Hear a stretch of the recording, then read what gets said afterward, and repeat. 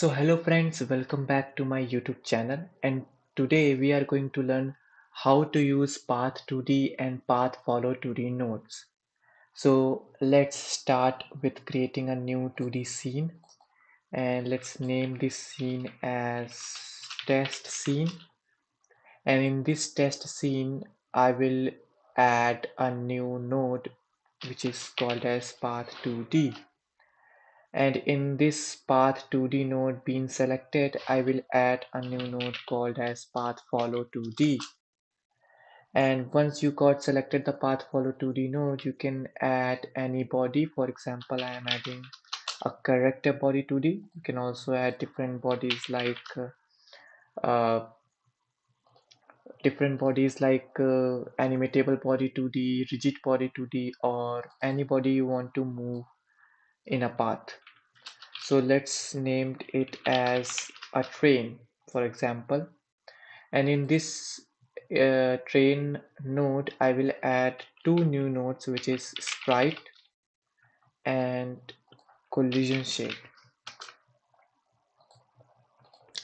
So if you are making a game in which a train is moving in a particular path, then you can also use this tutorial as a demo for it, because I'm going to show you that.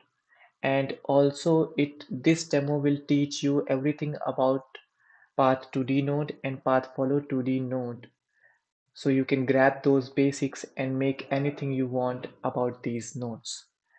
So let's start with using the sprite 2D node and attach the strain.png into the sprite 2D node. By the way, you can get this project by downloading from the link in the description. And so you can see our pixel sprite is quite blurry, so let me fix that. So let's go on here and let's go on texture and let's set this to nearest and close. So you can see we got the train engine and a box. So let's go on the region part and enable the region and click on edit region. And once you have done that, you can see the part here. So let me zoom in and you can see, let me do a grid snap here. So now we can grid snap the whole region that I want. So I'm using this particular region in this sprite.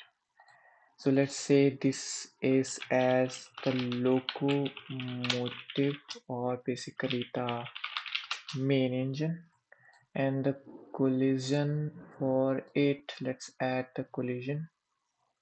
So for example, I want to add the collision only on these parts, so let's add something like this as well, so that other bodies can interact with as well. And as you can see, our area or the window size is a larger one, so I also want to add a camera to the node here, or you can basically scale the body as well. So let me scale the body instead so we can just see it better. Okay, so we finally can see the body much better. So let's save the scene. So I'm saving the scene as test.scene and we saved it. Now we got the engine ready, and now we want to move this train in a particular path. So now you need to go to the Path2d node and create on this plus icon.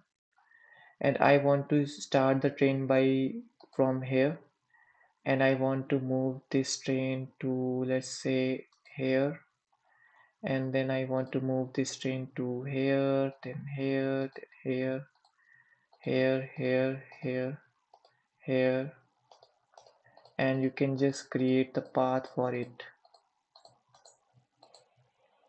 and make sure these two nodes should be well connected if you want to make a loop with this node. And as you can see, we got a good amount of path here.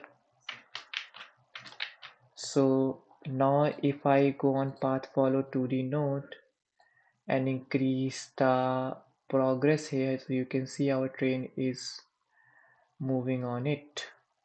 If you disable the rotate, or basically let me enable this for, and now if you disable the rotate, it will not rotate the train and move it like this.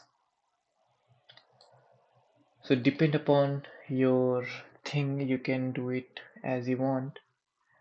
And now we can also add different train boxes and attach it to the train as well. In player 2D node, so let's go on animation player and search for it, animation player node here. And now you can just click on animation. Let me delete this box. Now let's go on animation and let's create a new animation as move. And here let's set the duration of this whole loop is 10 seconds. And now we can go on our Pathfollow2d node and reset the progress, and you can just create a start key here, and you can just do it on the end by set the loop off, and you can find the last position or the last part here, so you can just do it as well. So if you run it again in a loop by clicking on this icon, this will play as the train is following a particular route as well. If you want to disable the rotate, you can as well do that as well. So for example, if I disable the rotate as well, you can see it moves in a particular path forever by using the animation player node.